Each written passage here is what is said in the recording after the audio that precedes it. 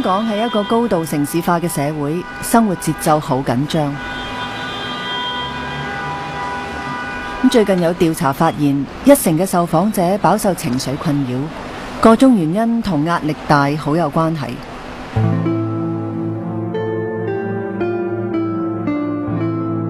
無論喺家庭、工作、讀書，抑或係人際關係，壓力可以話係無處不在。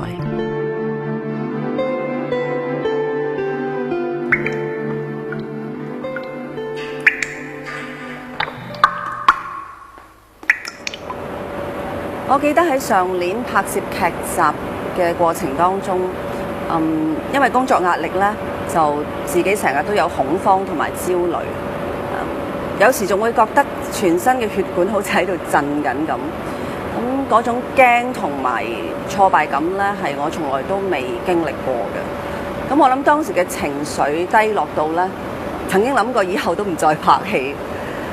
不過好彩我有信仰，有家人同埋朋友嘅支持，咁所以好快咧，心情同埋心態咧就調整到啦。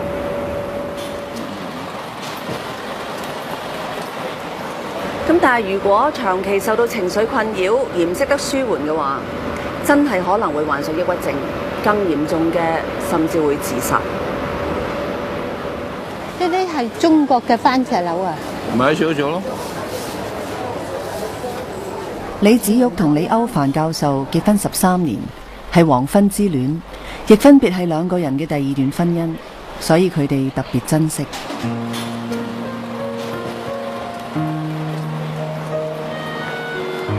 我的行路都手拉手啦，好多朋友覺得我哋兩個係有點約馬啦，我都唔理佢哋。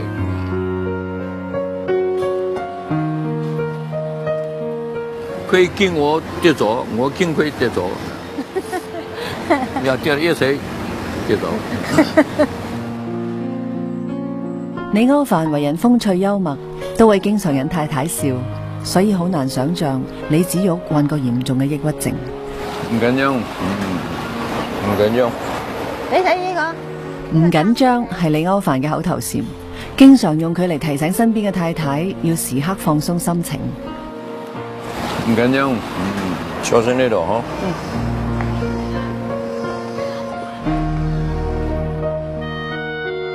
早喺1992年，李子玉同佢第一任丈夫分居。當時佢冇辦法接受到呢個婚姻挫折，而患上抑鬱症。之後嗰幾年，佢仲自殺過4次。當時我以為所謂憂鬱病就係心情唔好啦，一時想唔開咯，所以。後來我哋結婚啦，我話唔可能啦，因為我哋係好幸福、好快樂。你穿嘅衣服好靚。我笑啥？2000年佢哋喺美國結婚，李歐梵當時喺哈佛大學教書，咁所以順理成章，李子玉就由香港搬到去波士頓。結婚嗰陣時係我哋最幸福、最快樂嘅時候，但冇想到半年之後突然間，即係就會有咁嚴重嘅憂鬱病。波士頓嘅冬天好凍，身邊又冇晒熟朋友，李子玉好難適應新環境，產生焦慮。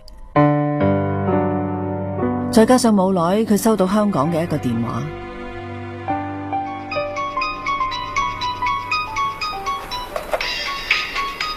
Hello， 係，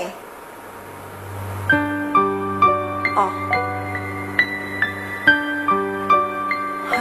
我媽媽打電話嚟俾我，就話佢 cancer 復發，咁然之後我聽到之後咧，就有成1個禮拜瞓唔到覺咯。係，係。於是我就打電話俾我哋醫生。請佢俾啲安眠藥嚟意思就馬上係安眠藥俾我哋。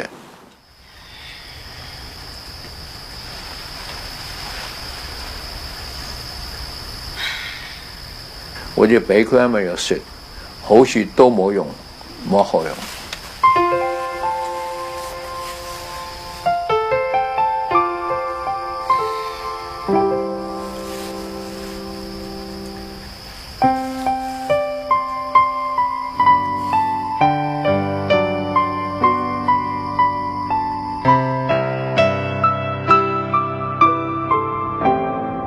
媽媽癌症復發，不但令李子玉擔心，仲勾起佢一直以嚟對死亡嘅恐懼。我覺得有情緒病嗰個根源係最重要係一種焦慮不安、恐懼死亡。因為我由我童年開始，我都係一個俾嗰個成長個過程入邊係缺乏咗一啲安全感咯。李子玉自細父母就離婚，媽媽改嫁之後，佢更加要被迫改口叫佢做阿姨。咁由好細個開始，佢同哥哥一直就跟外婆生活。外婆重男輕女，成日都對佢呼喝，打擊佢嘅自信。咁但係李子玉又驚多病嘅外婆隨時會離世，令佢成為孤兒。咁所以自細佢就抑壓情緒。我哋人腦咧，其實好似同我哋身體嘅肌肉咧差唔多嘅。你越用得多佢咧，佢就越靈。如果我哋由細到大喺一個好高壓力嘅情況之下長大嘅話咧，你壓力情緒嘅系統就成日被啟動，緊急應變、長期抗爭，呢兩個系統咧就會變咗可能過敏噶啦。如果你由細到大冇乜快樂嘅經驗嘅話，咁變咗正面嘅情緒嗰個系統，因為成日冇用，就變咗唔係好靈啦。同埋又冇學過好好咁控制自己嘅情緒嘅話咧，控制情緒嗰個系統咧就變咗冇咁活躍。咁此消彼長之下咧，咁到你長大咗，面對到壓力嘅時候，咁你就變咗更加脆弱。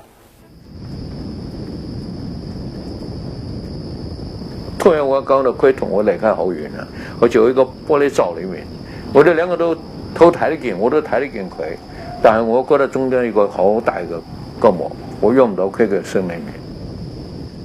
所以呢個對我嚟講係一種煎熬啊，一個心理上嘅煎熬。呢個煎熬唔係因為話我唔知點樣照顧佢，主要係一個 communication 交流，冇辦法交流。老婆，出去運動啦！啊，老婆，你唔記得咗啦？行啦，好嗎？好，行啦，好。唔去啊！聽我話啦，行啦，我都換好晒衫啦，好。唔去。點解你唔精神啲啊？好，行啦，好嘛？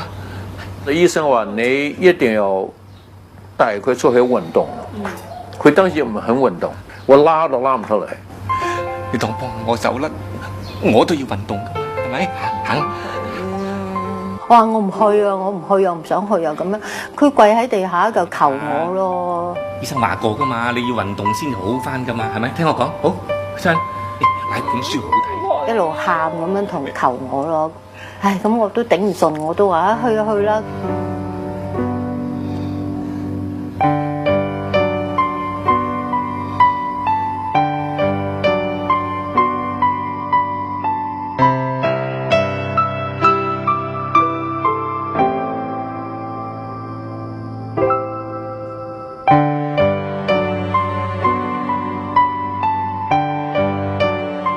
如果你一個人嗰陣時，你又真係唔會去噶啦，瞓喺床嗰度噶啦，一日嚇。但係有時就因為佢喺身邊要你去，咁你為咗即係為咗佢咁，等佢安心一啲，咁我又會去咯。咁啊，尋日睇本書咧，講開你要食嗰隻藥，提升啲膽固醇。有一次佢話俾我聽，老婆佢話睇咗本書，話你食嗰隻藥咧係會令到你嘅膽固醇係會升高嘅。咁我一聽到佢講我就好驚咯。我可以唔食咩？你做咩講俾我聽？你做咩講俾我聽？你做咩講俾我聽？唔使驚，唔使驚。我好驚啊！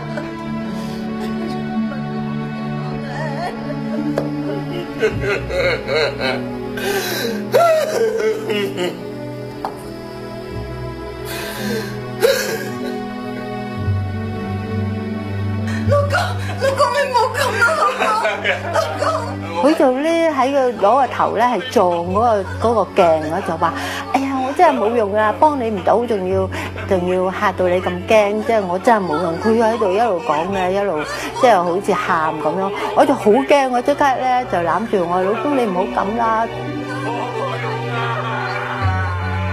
我係感覺到佢對我嗰種愛、嗰種關心，所以我亦都會或多或少能夠提升起我一啲嘅精神咯。即係所謂打起精神，你好似我話我以前會諗到自殺嘅，但係我嗰陣時我就唔諗咯嚇，變咗即係會自己撐住啊。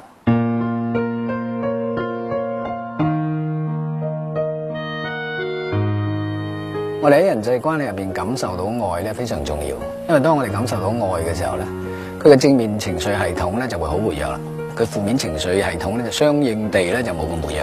咁喺此消彼長之下咧，呢個人咧就會身心都會健康咗，咁咧佢就更加會有動機咧向住呢個正面嘅方向不斷咁樣改善。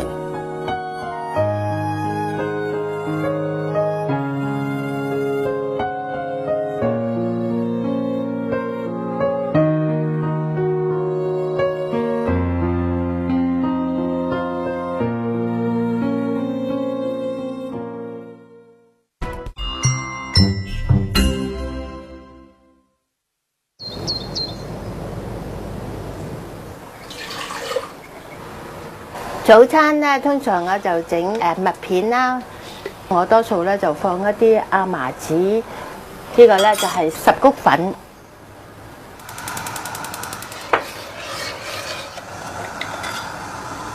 香蕉就係有人話咧，因為好多鉀啦，咁對呢個心臟好啦，嚇。咁同埋有人話咧，食咗香蕉會開心啲啊。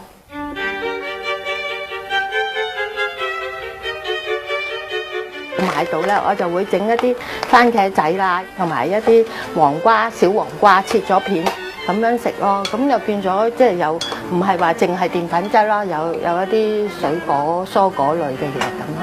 咁啊，一杯咖啡。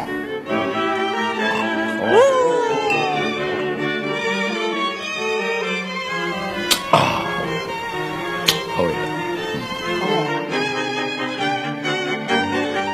早餐係最舒服噶，我老婆嘅咖啡係天下第一，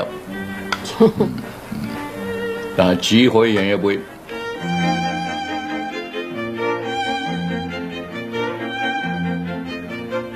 早餐對李子旭同李歐梵嚟講係一日最重要嘅一餐。我以前有情緒病嘅時候咧，就唔食早餐啦。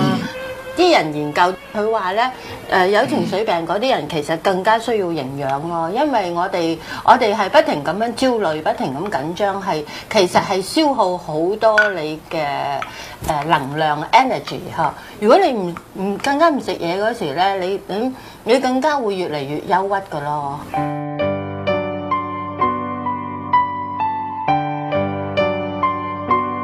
李子旭同李歐梵結婚之後半年，抑鬱症復發，咁做丈夫嘅覺得太太可能唔適應美國生活，所以決定翻香港。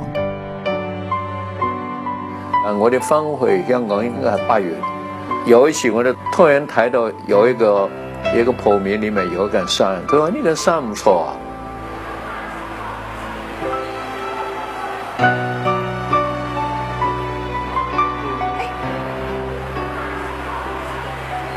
我中意佢個領啊，紅色唔錯啊，好靚，靚啊好靚。入去睇下啦，好嘛？哇！我開心地跳，我哋要去買啦，買了一件。呢個係我第一次睇見陽光啦，我知道佢好好看啦。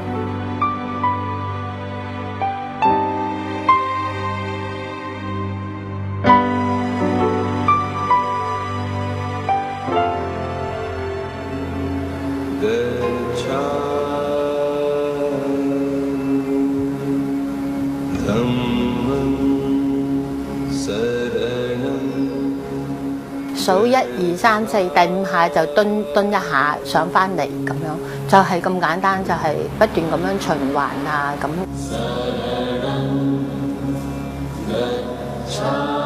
呢種平甩功，李子玉每日會做3次，每次9個字。呢套功法唔單止強身健體，仲改善佢嘅睡眠。我覺得做咗呢個工之後咧，即係你啲成身都會覺得好暖咯。所謂好暖就係你啲氣血通咗嘅時候咧，你個人就會覺得好舒暢。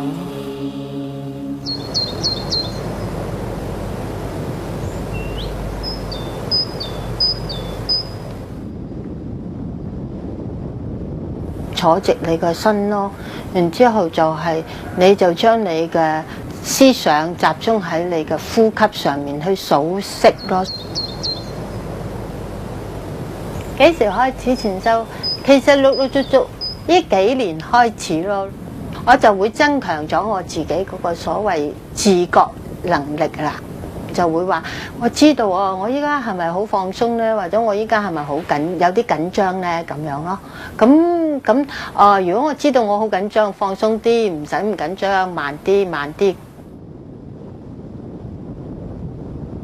所有即係心理上嘅改變咧，同我哋好似練肌肉一樣，你就一定要持之以恆，日日咁樣練，日日咁練。佢過咗一段時間，佢就見到個效用。佢見到個效用嘅話，佢就更加有動機繼續咁樣去改落去啦。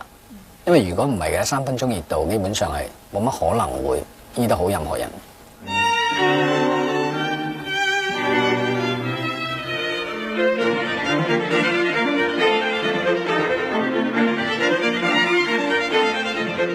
改善生活習慣，堅持練習，又得到丈夫嘅關愛。今日嘅李子玉已經戰勝抑鬱，佢仲將自己康復嘅歷程寫成書，勉勵同路人。我發現當我寫咗書之後，我嘅情緒真係有好轉咯。其實寫書就係亦都係一種抒發咯。因為我以前個人好壓抑，有好多嘢都唔講啊。你寫書嘅時候，就係喺你個腦嗰度去整理一啲，將情感嘅壓抑令到抒發出嚟，寫翻出嚟，就好似梳理一下嗰個情感咯嚇。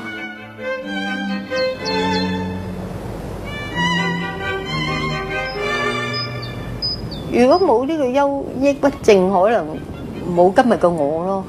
我唔係講一啲所謂風涼嘅説話，而係其實我依家嚟講，我係幾感激呢一個抑鬱症，因為有呢一樣嘢令到我睇到人生，即係有呢一個波折，呢個挫折，呢個歷練咧，所謂即係呢個歷練啦，係好重要咯。咁當然你經歷能夠將你練成一個今日嘅我咯。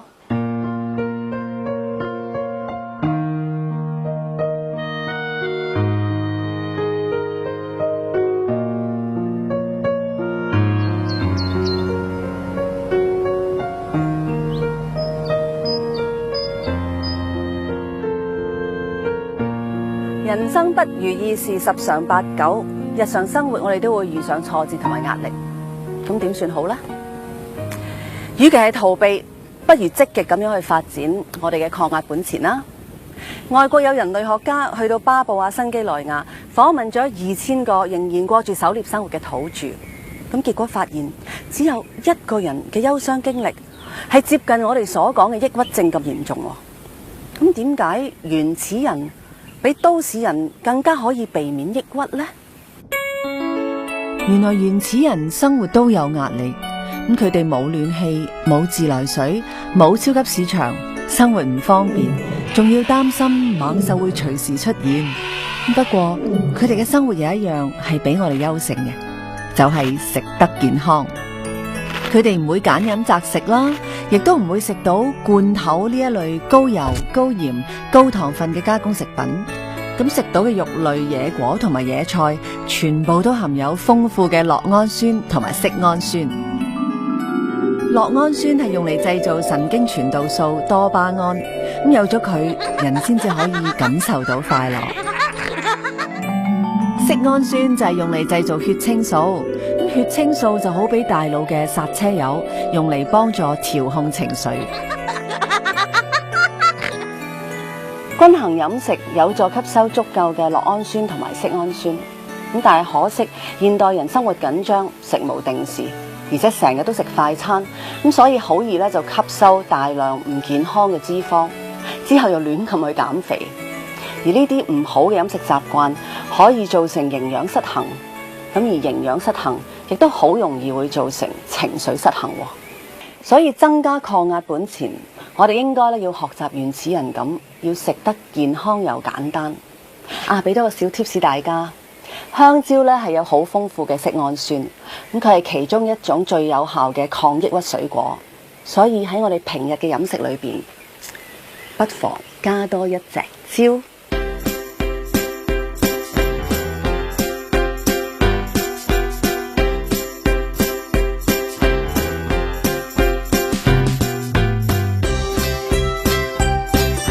跟住嚟講嘅係東張西望。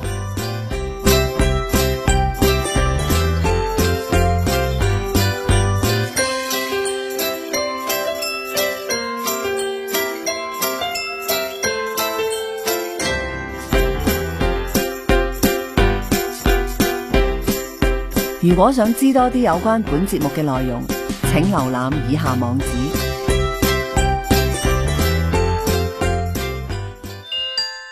我都好怕見到媽咪嘅。點解你會拉成咁㗎？你全部要寫過晒佢。望子成龍，望女成鳳，邊個唔想？你知唔知我哋教你教得好辛苦啊？教仔女適得其反嘅話，大人細路都受罪。你鬧咗10幾年啦，究竟想點啊？我激死啊！乜原來我喺10幾年裏邊，我俾佢嘅就係鬧。乜我唔係愛佢10幾年？下星期3晚7點，壓力不倒翁。